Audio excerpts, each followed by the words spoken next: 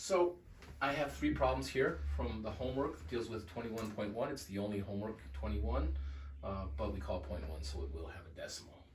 What we have here is find the future value, that's the account balance, of the account where $835 is deposited for 13 years at 4% APR. It doesn't mention about how many times per year, so therefore this is implied that it is compound annually. If it's anything else, they have to tell you. You know how you put numbers over 1 when you need an integer to be a fraction?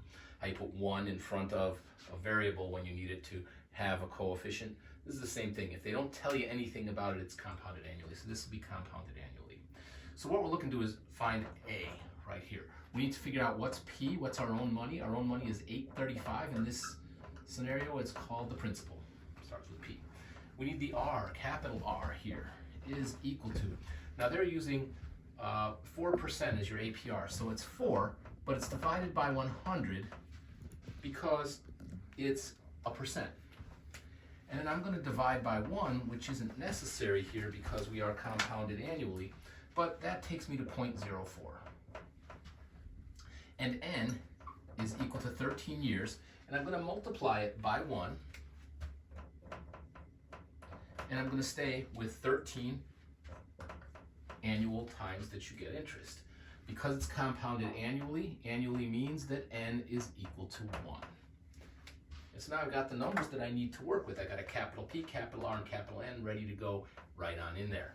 A equals, for P I got $835, and begins the parentheses, and I have 1 plus this, which I can nail down as 1.04, because sometimes you're lucky enough to have that as a terminating decimal. And then I'm going to run that up to the power of 13, and this will tell me how much money I'll have at the end of this. It'll be more than the $835.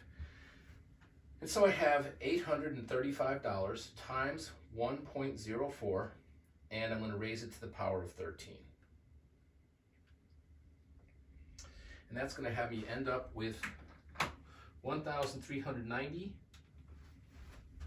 Let's make it approximate. $1,390. I have my dollar sign with me. 0.336. Okay, so when we're going to round that off to $1,390.34, rounding off in the traditional sense. If you're getting money from the bank, they should give you that, but they shouldn't have to give you more money than you actually earn. So there's a chance that you'll end up with 33 cents instead of 34. If they wanted to determine how much of that was interest,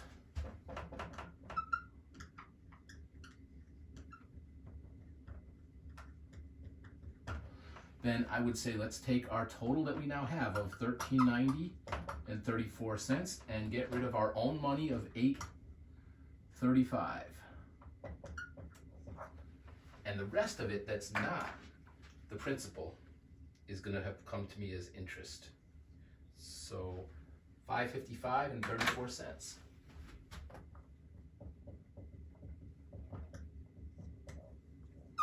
And I won't have to go through that each time, but that's what you get. Find out your total of where you stand, subtract your own money, and the rest of it would be interest every time.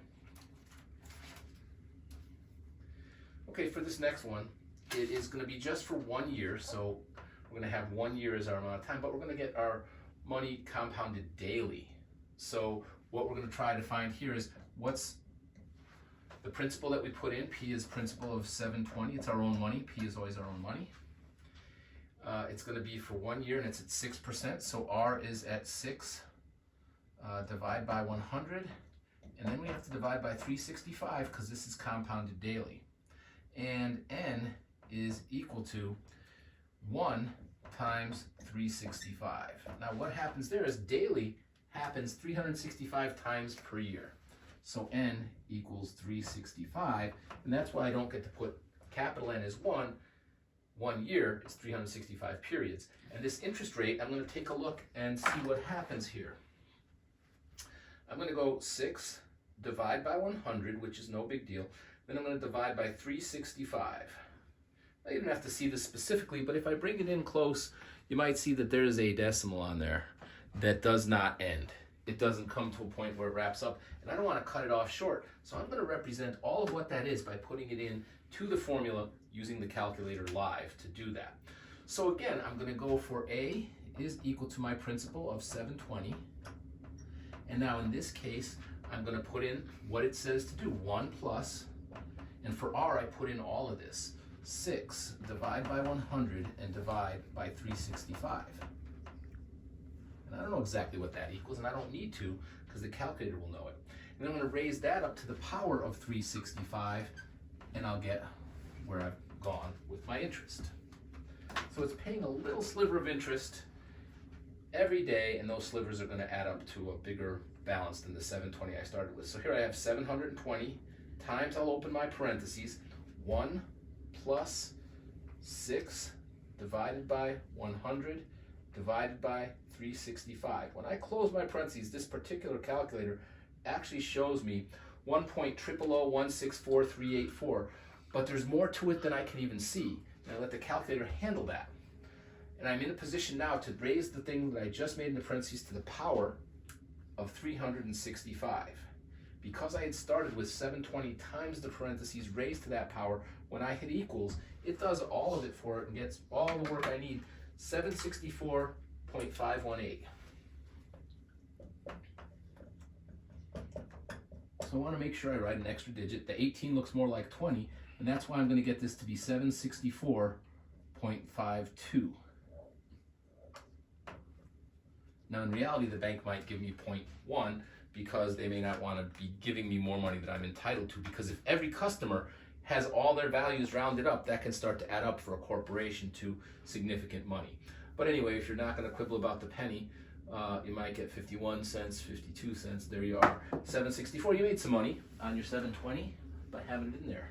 Okay, it didn't just give you 6% of 720, because if I did, remember I had shown this in the lecture, if you take $720 and you multiply it by 1.06, that would be the effect of having interest only paid once.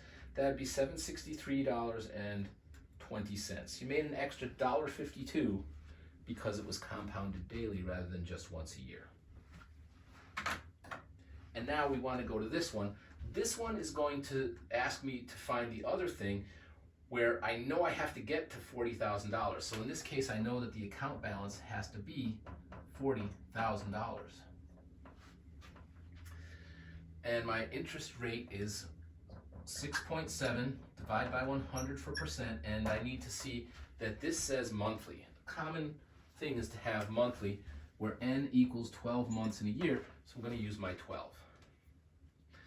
So that's why I'm going to divide here by 12. And when I do n, it's 13 years times 12. So I divide by 12 to get a smaller rate for each period, and I multiply by 12 to have more periods, and it evens out to getting enough interest payments going in, but it actually rewards me with more money than if it was done annually. So this 13 times 12 is going to get me 156. And now I have to see this one that also, and I wanted to show you a couple times what this is. I'm not going to round that off, right? If I look at what it is, 6.7 divide by 100 for percent, so that's no problem. If I look at that and it was annual, I'd have 0.067 to work with, but now I go and I divide by 12 because I got to get for monthly. And what this does get for me is a decimal again. That doesn't stop. It goes 0.005583333, and it wants those threes to go on forever. So I'm not going to represent that. So I'm going to take down this equal sign, and when it's time for me to do R, I'm going to put all that stuff in as necessary. Now what we have here is a formula where we want to solve for P. So P is equal to A over the parentheses, A over 1 plus R to the power n. Therefore, I have all the pieces that I need. I need $40,000 to start with, and I'm going to divide by the multiplier that got me up to 40,000 to see what I should have started with. And therefore in here, I'm not going to put 1 point something. I'm going to put 1 plus 6.7. I'm going to divide by 100. I'm going to divide by 12. And then I'm going to close that. And that will get it for me when I close the parentheses as accurately as my calculator can handle. And I don't have to worry about cutting it off too early. And then I'm going to take it up to 156. Because if you cut it off too early, you may not represent enough of what has to be there to get an accurate value. So that's why I don't say, oh, I guess 3 digits is enough, or 7 digits is enough, or I should use them all. You don't do that. You let the calculator handle all that it needs to, and then you grab the rounding at the end. So what we have here is 40, 1, 2, 3 for 1,000, divide by, and in parentheses, I'll put all that I need. So I'll put the parentheses, and then I'll hit the 1 plus 6.7 divided by 100 for percent, divided by 12 for my months per year. I'm going to close the parentheses. I'm now looking at the 1.005583333, but the calculator knows more than that, beyond what it's able to display. And I need to take that thing to the power of 156. I didn't hit equals. I just went ahead and said, let's power that up to 156. And that equals for me this. 16781, $16781, and then a decimal followed by 9177. Now I can start rounding that off because I know I want to go to dollars and cents. So if I want to make sure that I reached my 40,000, didn't come up a little bit short, I would go with 92 cents. And that's actually what this is going to require me to do anyway. And I'll probably go over by a few pennies by the end of all this time. 16,781, comma, 0.92. And what that says is, okay, if you know you got that interest rate and you're not going to need the money for 13 years, you can set $16,781.92 in there, walk away, go back 13 years later to pick up the money, and it'll be $40,000. And that's what happens with simple interest. You put in a fairly big chunk of money at the beginning, and you go back for a bigger chunk of money at the end. You're not allowed to go in and take anything out. That's it.